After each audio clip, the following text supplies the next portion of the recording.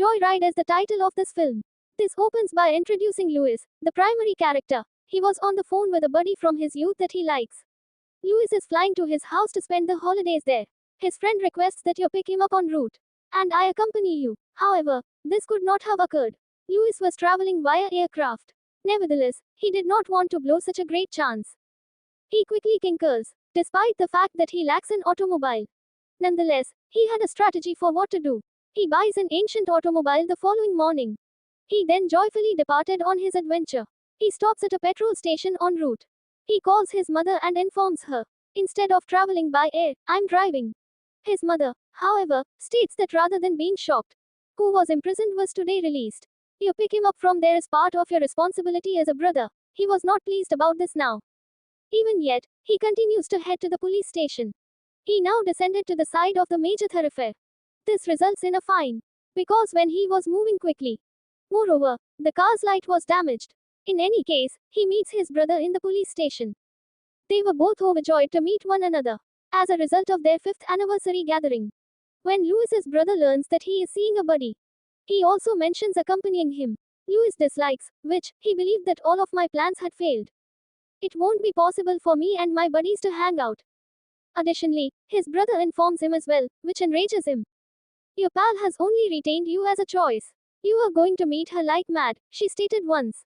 Louis became enraged this time and accelerated the vehicle. He pauses and moves to the side. He was also informing his brother that, don't say something similar in the future. Louis's brother visits a location and installs a radio in the vehicle. This particular radio let all of the vehicles, cars, buses, and truckers can communicate with one another. We must now ascertain the state of the road. Louis's brother was playing music on this radio. He was therefore enjoying himself. Considering all the nearby passengers were communicating with one another via all the codes. The codes, which had unique names. Additionally, his brother adopts both his own and Louis' names. Talking to a truck driver whose call sign was Rusty Nail, he informed them that many individuals enjoy the rain because it prevents anyone from leaving the house, and based on what I see, it will rain tonight. As I now take in his odd statements, Louis's brother has an absurd notion. He also instructs Louis to do something regarding this. Make him crazy by talking to him as a girl. Louis rejects this suggestion since he does not like it. And at his brother's persuasion, he continues to converse with Rusty Nail in the girl's voice. As a young boy, he became entranced by her speech and became her buddy. However, their connection cracks in the interim. Louis's brother became quite irate as a result. He wanted to take his time and savor this comedy, and informs him that you are speaking to him as a guy even though you are a girl. They stayed in a motel for the night, though. Louis's brother enters and discovers that an angry affluent man was yelling at the hotel staff member. Louis's brother makes an effort to explain to him. Instead, he reprimands him before leaving. On the radio, a bustle could be heard. Rusty Nail then continued his speech there, because he was speaking to the girl he had become friends with. Louis was shocked when he saw this since it was obvious that he spent a lot of time pursuing them while searching for the female. However, Louis's brother has another thought in this situation. He informs Rusty via Louis that, you come too since I am staying here in a hotel. However, bringing a bottle of alcohol to room number 17 at midnight is acceptable. That wealthy guest remained in room 17. His thought was that it would be enjoyable if he attended. They were both dozing off in the room when, at precisely 12 o'clock, outside the motel, a truck approached and stopped, which was his, meaning that Rusty actually arrived. Louis's brother notices this as well, and he is overjoyed that his idea worked. Since that room was adjacent to it, they both begin paying close attention. Where the wealthy guy reprimanded Rusty, then the voice of suffocation started to appear. They feel uneasy. Louis makes a call to the overseas counter and says that room number 17 is in need of repair. The employee first dials room number 17 after hearing this. Then after that contacts them to let them know everything is well there. Both of the brothers were surprised at hearing this. And with that, they go to sleep in turmoil. The bus truck had also departed from there during the time. She arrives the following morning to ask them. They were discussing a wealthy man, who, in really poor health, met on the way. Both are astonished at hearing this. People believe that the tall, wealthy man must have hurt Rusty. The typical truck driver joined our conversations as well. The cop sees them after being surprised to see him. To demonstrate the affluent man's predicament. Because his lower jaw had been removed, his condition was actually quite poor. There was nothing but the teeth. Currently, he was unconscious. They had no notion that their prank would turn out to be so risky. Louis informs the police of everything for this reason. When they learn this, they become furious, stating that there are several situations that need to be resolved. We are having trouble even catching the truck driver, because nobody is familiar with him. The cops leave them since they don't even know. Louis recognized his error at this point, but his brother did not. And they started out again on their quest. As soon as Louis checks the radio and starts traveling, when he learned that Rusty is still seeking for the girl, he was completely shocked. Which implies that their joke has now turned into their nightmare. Which didn't finish. His brother was still shifting the subject as a solution. That she doesn't like you, therefore forget about her. Louis, though, abruptly admits that we were joking. There isn't a female. Rusty apologizes for his anger and explains his motivation. But his brother didn't say sorry, which aggravated the situation by calling him names and using foul language. At the time, he insisted on stating this. Rusty only interrupted him after one line. That the light on your automobile needs to be repaired. Both of their hearts stopped at hearing this. Because they realized Rusty was watching us. And has been keeping an eye on us for a while. They start driving quickly out of terror. But the fuel was also running out, which was their fate. Louis' brother was now quite terrified as well. Because the vehicle won't make it to the petrol station. However, even after engaging the mind, at the end of the road, he turns the vehicle. Whereupon the vehicle proceeded. That a vehicle this size can't turn quickly.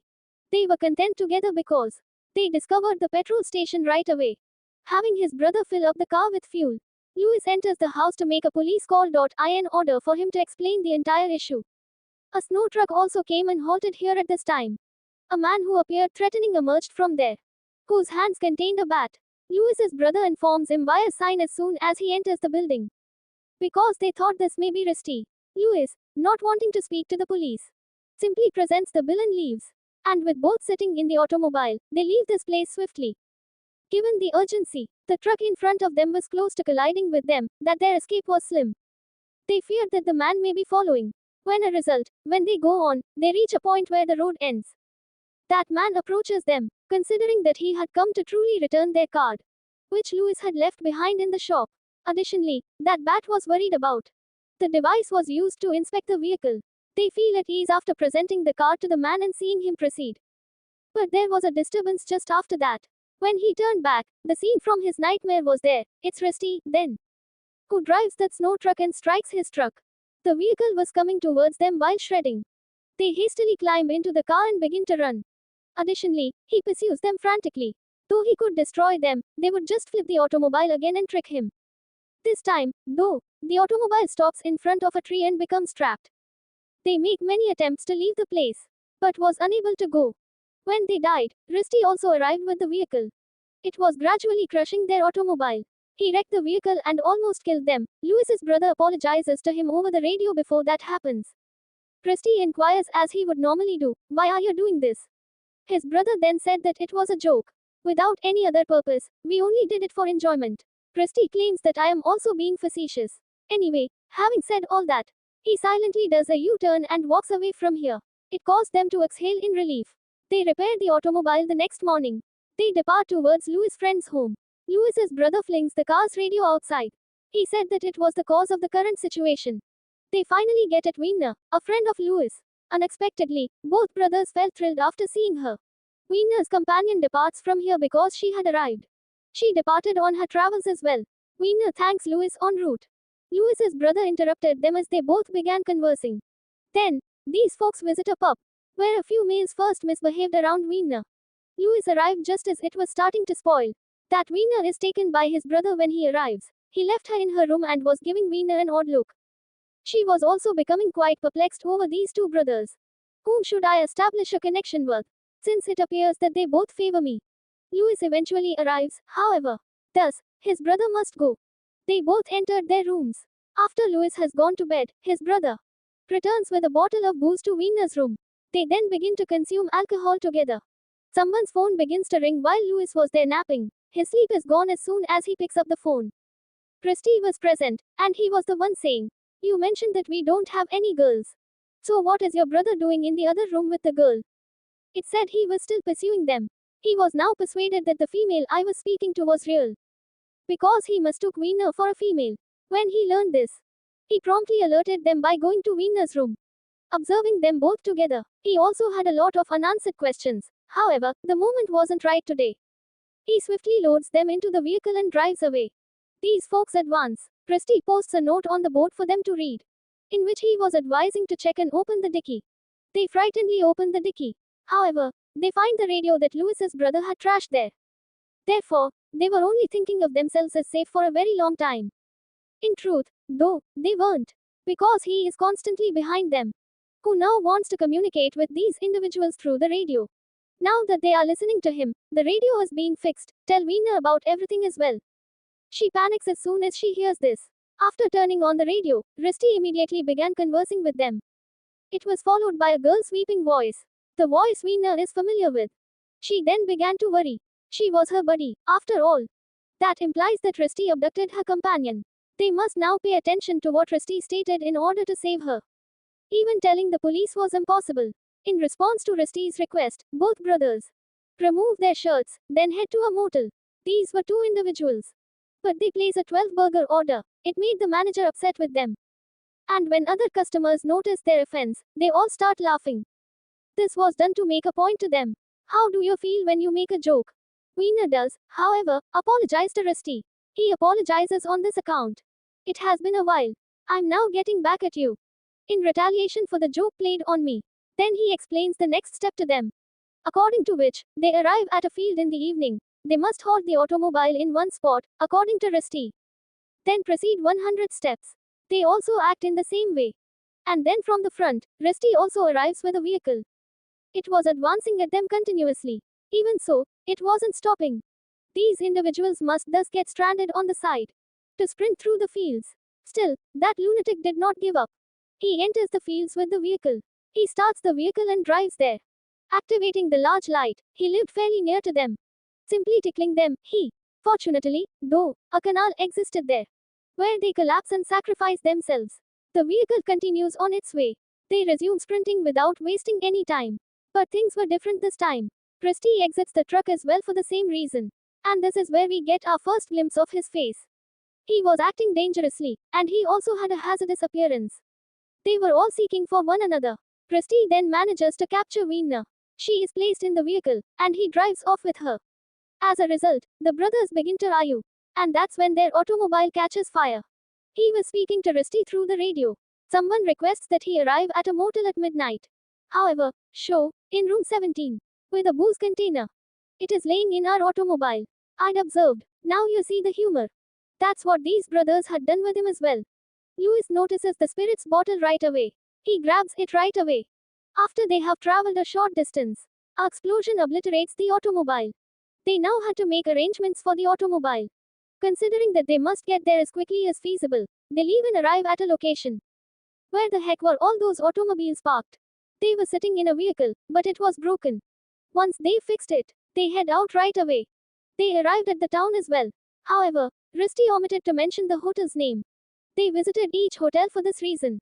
Then looking at room number 17. Rusty had also left for work over there. He bound Veena's hands and mouth with the tape dot and forced her to occupy the chair. He raised a revolver and aimed it at her, whose trigger was rope tied to the door. In order that when the door opens, the trigger blasts up Veena's head. Rusty contacts the cops as soon as it is 12 o'clock. Also discusses the deceased bodies. He intended to lay in this position for some time. They occasionally visit here as well. Veena's breath halted as she heard the voice. The 17th room's door was ajar, so they arrived right away.